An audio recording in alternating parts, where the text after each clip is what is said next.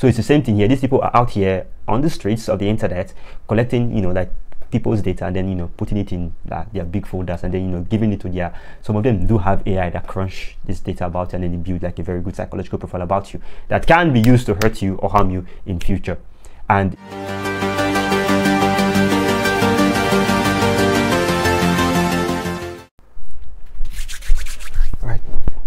hello and welcome to another video. As usual, my name is Jeffrey and this is Inquisitive Universe. So let's get started. Let's get into the video right away. In today's video, I want to talk about like would I really call it a scam? I don't know. I wouldn't, by itself, it's not necessarily supposed to be a scam, but it is used for scams. So let's talk about scamming by data harvesting, or the data harvesting scam, or the method by which people use data harvesting to scam people. So that's what this video is all about. As usual, I would always talk about like these scams. We live in a globalized world now where everything is online, and of course there are always going to be unscrupulous people who are going to be looking to make use of this medium, right, to take advantage of people.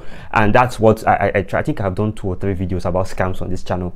2 or 3 thereabout. You should probably check them out, because I'm always on here. I'm on this channel. I always want to protect people who watch. So if you are here, then you really are in the right place, okay? Because we look after each other here, because I want to look after you the same way you're looking after me by subscribing and sharing. So please, a sub to the channel would make me feel very safe and secure. Thank you very much. So let's get back to the video. Let's talk about data harvesting, and then how it can be used to scam you, or rather to hack you, whatever. So first off, when I say data, please, I do not mean internet data, the one you subscribe, the one you pay for 10 gig, 5 gig, 15 gig, 20 gig at X amount for a month. No, that's not what I'm talking about right here. When I'm talking about data, I'm talking about like like facts, about a person, facts that are not yet processed. I think that's the basic definition of what data is. Data should be raw facts that are not yet processed. When you process data, then you get information. So when you provide data about yourself to people, they can then process that data to have information about you, etc. So data is a big deal. For those people who don't know, data is actually a very big deal. In fact, there are big corporations, not just people now. There are big corporations who are invested in our data. In fact, there's a huge rift between the European Union and Facebook and Meta about data. Facebook is collecting people's data, like information about people, what they like, what they don't like, their interests, their age, photos, etc. And it's sending them back home to North America. And the European Union is like, we don't do that here. Keep our information here. What are you taking our information to go and do over there? And it's not just Facebook or Meta. Every big company, Google is interested in your data. Amazon is interested. Everybody's interested in your data. Why? Because they can take this data and then build create a good portfolio of information about you. They can always be the psychological profile in some cases, and then that psychological profile can be used to second guess what you're going to do using big data, AI. And more often than not, it's quite scary to say, but it's mostly accurate. Yeah. So that's it. And the reason why they do this is so that they can be able to advertise to you, to sell stuff to you, so that they know that if they know that Jeffrey likes football, they can then like push, like they can market like eFootball. They can send eFootball to me. They can send video games, football games to me that I'll be more like inclined to click on videos to download, etc. If they know that that I like X and I like Y, they would push the stuff to me to keep me on their platforms even more, to own me, so to speak. Yeah. So I think basically you can think of it that it's a bit harmless, really, because you can choose to buy or to not buy. You can even choose to get off their platform entirely. That's big data for you.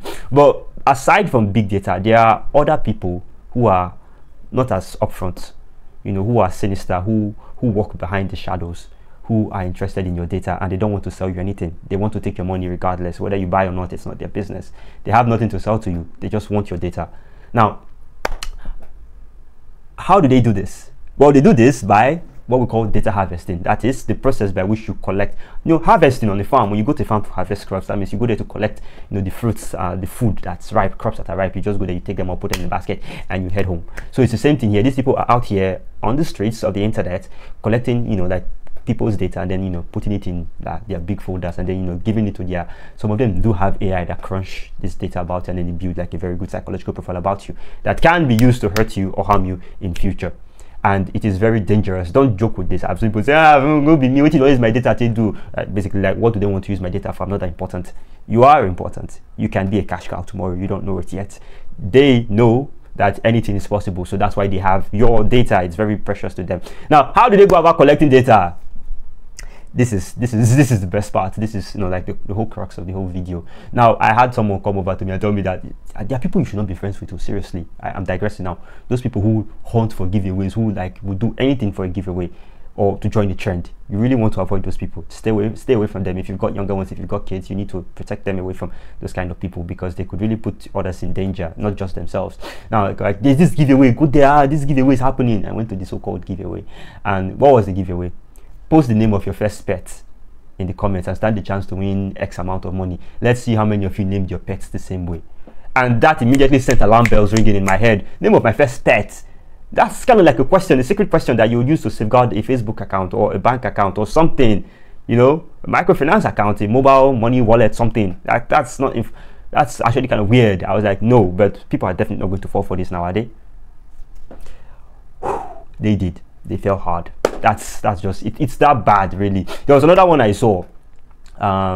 What's your mother's maiden name? Let's see how many of us have mothers that are namesakes. Surely people aren't stupid enough to. We live in a world where there are smartphones for dumb people. I am sorry, it sounds like a trope, it sounds like a cliche, but it's actually true, right? That people would actually participate in such giveaways, giving such important data about themselves, giving it away. There are some stupid trends that you see, like post yourself how you look like now, how you look like 10 years ago, the 10-year challenge. Post the side of your face. It's just, what the hell, guys? And there are people who are just sitting down there, you know, who are collecting this data and they are harvesting it and they're using it to build psychological profiles about people that can be used to hurt you in future. You just don't know it yet, but you don't know what tomorrow brings. There was one stupid challenge on, was it TikTok, where they asked people to post their credit or debit card, that you blur everything out and then just leave only the last 4 numbers so that they know who and who is using the same bank. And people actually did that. It's just so stupid. If they've got your mother's maiden name, or they've got the name of your first pet, and then they know your bank account, and then they have the last, what makes you think that they cannot put X and Y together and then start hacking your bank accounts and withdrawing money out of it? Oh, my bank. No, actually, sometimes it's not just the bank. Yes, we know that the banks have an issue, but sometimes it's us, it's you putting out your data out there like that. It's risky. There are people who are harvesting data right now. They're just there, you know, they're crunching your data, they're harvesting it.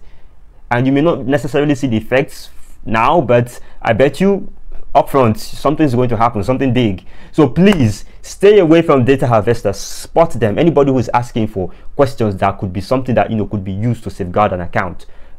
Names, dates, name of your secondary school, name of your primary school, the university that you went to, anything that could be used as a password. You want to stay away from such. Don't drop that information down. They are going to come at, they're not going to come at you as direct as I am now. They're going to mask it, they're going to cover it up, they're going to want to paint it, make it look nice. Be smart, be wise, be vigilant. Okay? And with that, I've come to the end of this video. You gotta be careful. You gotta stay away from those people who call themselves data harvesters, because they are going to harvest your data no matter what. So save yourself, take care of yourself and your people around you. With that, we'll come to the end of this video. My name is Jeffrey, and I guess I will see you in the next one.